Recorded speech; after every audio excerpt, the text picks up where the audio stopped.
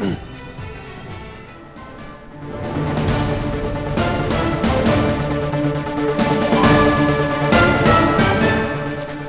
ఇప్పటిదాకా మనం లైవ్లో చూసాం. ఓట్ల చోరీ జరిగింది.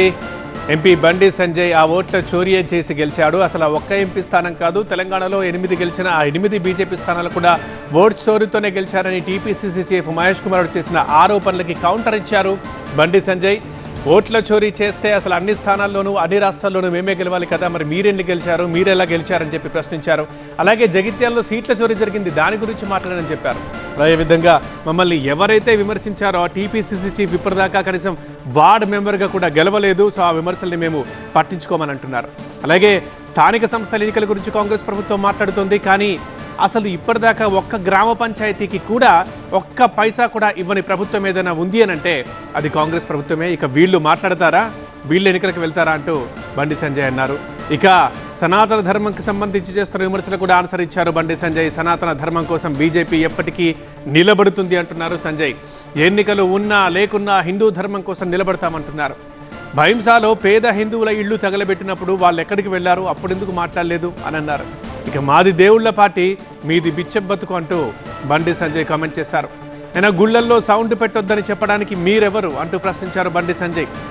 యూపీఏ హయాంలోనే రోహింగ్యాలు దేశంలోకి వచ్చారన్నారు. టోపీలు పెట్టుకుని డ్రామాలు చేసేది మీరంటూ తీవ్రంగా విమర్శించారు బండి సంజయ్. దేవుణ్ణి నమ్ముకున్న దేవుల పార్టీ, అది దేవుల పార్టీ. ఎన్నికలు ఉన్నా లేకుండా ధర్మం కోసం, సనాతన ధర్మం కోసం, సనాతన ధర్మం కాపాడడం కోసం, హిందూ ధర్మ పరిరక్షణ కోసం, హిందూ సమాజం కోసం కష్టపడి పనిచేసే పార్టీ భారతీయ జనతా పార్టీ. మీ బతికేంది బిచ్చ బతుకు మీది.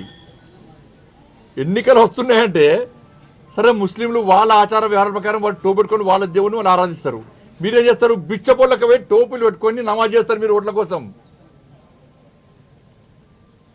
ఓట్లు వచ్చినాయంటే ఇఫ్తార్ విందులు చేసేది మీరు, నటించడు జీవించేది మీరు, టోపులు పెట్టుకొని నమాజ్ చేసేది మీరు.